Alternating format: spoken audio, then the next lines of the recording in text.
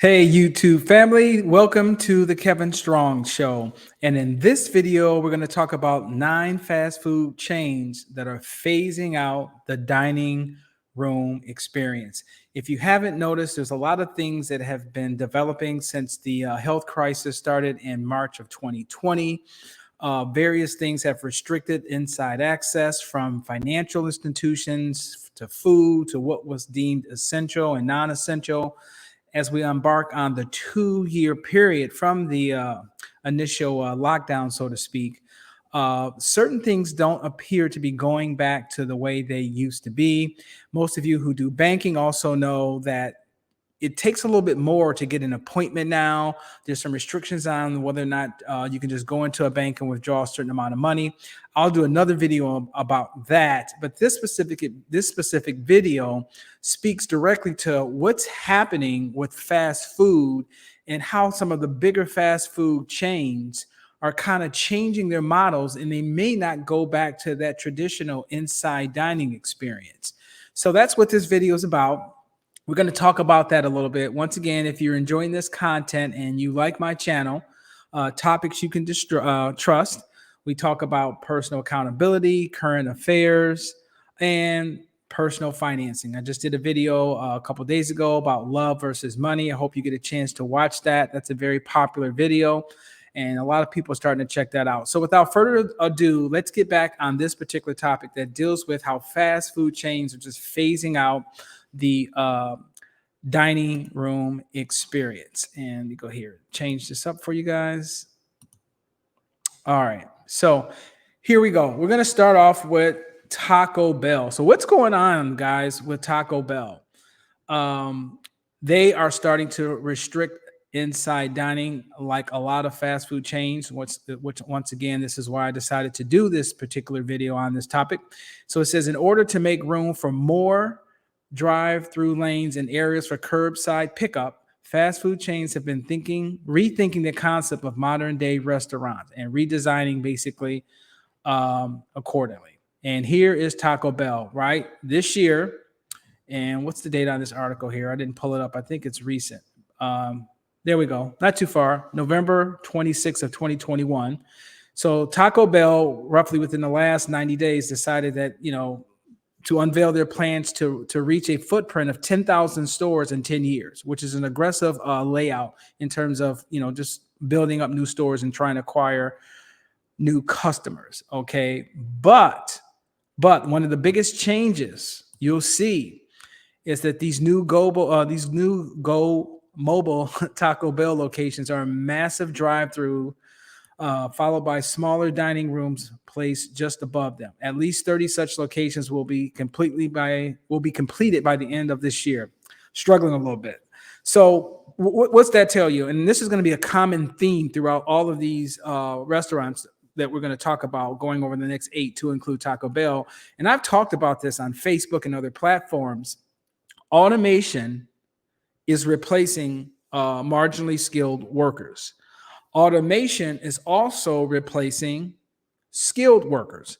We're getting to the point now where you don't have as many people. Let's say from a doctor's standpoint, right? You go in to see a doctor. A lot of times you can get what's called a virtual appointment and actually have that doctor prescribe medication based on how somehow diagnosing what you're telling them what your symptoms are, all through automation without you physically going inside of a doctor's office. So what does that do to the medical secretary and things like that? Once again, that's another form of automation replacing jobs. Okay. Panera, really, really good spot. If you've never checked that out, they're calling it their next generation restaurant in Missouri last week. Basically, new location for any future Panera store will have dining rooms that are about 5 times smaller than what you're used to. However, the chain is going for cozy and will be putting their bread baking ovens on full display for customers to marvel at. So they're still reducing their interior footprint. Burger King, which is a big one, I think that was kind of a big thing actually a couple years ago when they came out with that Impossible Whopper or plant-based, even though it's extremely high in sodium, but I digress. So what's going on with Big King? Okay, prototype set to begin rolling out this year will feature several novelties: massive drive-throughs, food lockers.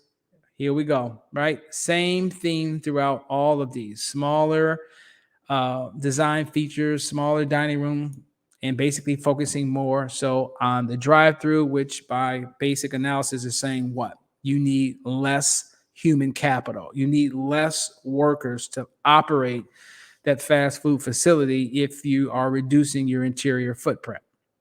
I've never heard of this restaurant here, Portillo's. Never heard of it. I don't know if it's based on a certain. Okay, here we go. It's in Chicago. I kind of do some of these articles through research, but I kind of want you guys to kind of get my initial impression on things. I don't want everything to sound candid and scripted like a lot of people do. But let's still dive into this. So I guess this is a Chicago base, which is a Midwest food chain, and they're just betting on off-premise sales as its main source of traffic. So once again, figuring out some type of business model that does not include the interior dining experience. Ihop, I'm sure all of you guys have heard about that. They're going through the same thing. That's kind of weird because IHOP is traditionally, you would think you would go to IHOP to actually sit down and enjoy breakfast, but apparently they're going to structure their business model more so for takeout, which is really interesting. Serving the iconic breakfast lunch menu from IHOP, but in portable packaging and features much smaller locations with limited dining room areas.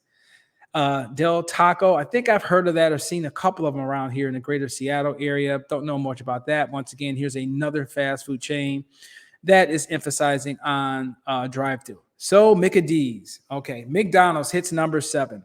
So I'm sure you guys are aware of that McDonald's, like all the other fast food restaurants, are experiencing a labor shortage. There's some supply chain issues. So there's just a lot of things going on that some of these businesses have decided that, hey, we may have to reduce our workers or maybe have to reduce our interior footprint.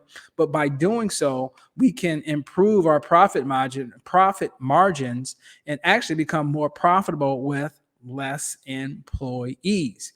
So this is not by coincidence. I think McDonald's, actually, their bread and butter, despite what most people don't know, is that they're probably one of the biggest or the largest commercial real estate owners in the world.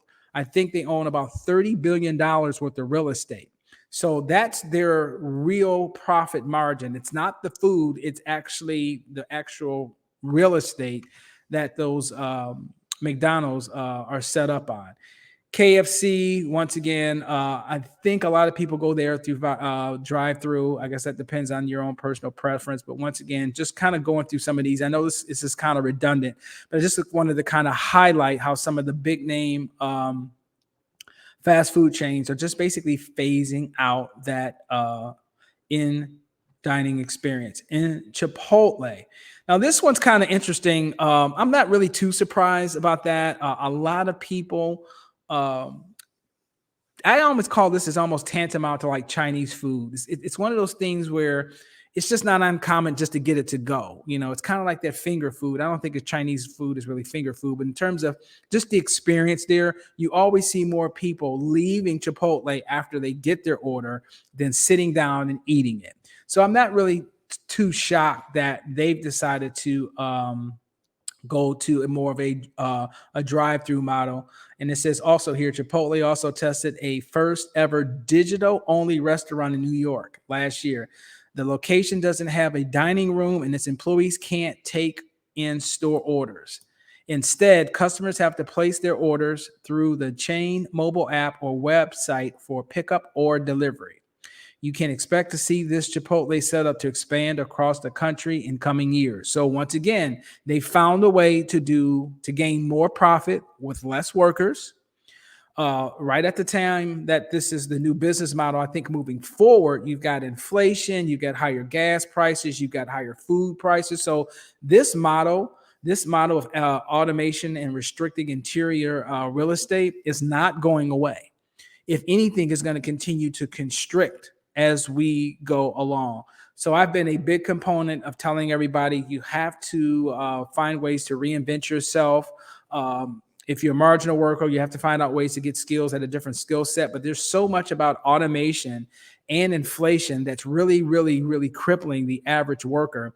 And it's incumbent upon all of us, right, to figure out something creative to beat inflation on a yearly basis. I'm glad Popeyes was not on this list. I would have had a heart attack. No pun intended, but hey, you gotta keep it real, keep it 100. But I'm just joking. I'm just joking. But on a serious note, this is just something that most people don't take account of. Most people just assume that, oh, well, sooner or later, when we get back to normal, these things are going to revert back. You got these multi-billion-dollar companies that are expanding with less real estate and planning on using less workers and having automation replace those workers. So when you get companies of this size starting to plan like that in the future, we're not going back to the way business used to be. And I think there's other aspects of society that you will find out that won't be going back to business as usual. And banking is definitely one of them. So let me go ahead and switch back to my other screen now here. That's pretty much going to do it for this particular video. I hope you enjoyed it. It's kind of a little bit shorter one, even though it was roughly about 12 minutes. Please comment and share because I care. I hope you do too. This was the Kevin Strong Show, and I look forward to seeing you in my next video. Not in my video, but following me in my next video. Thank you.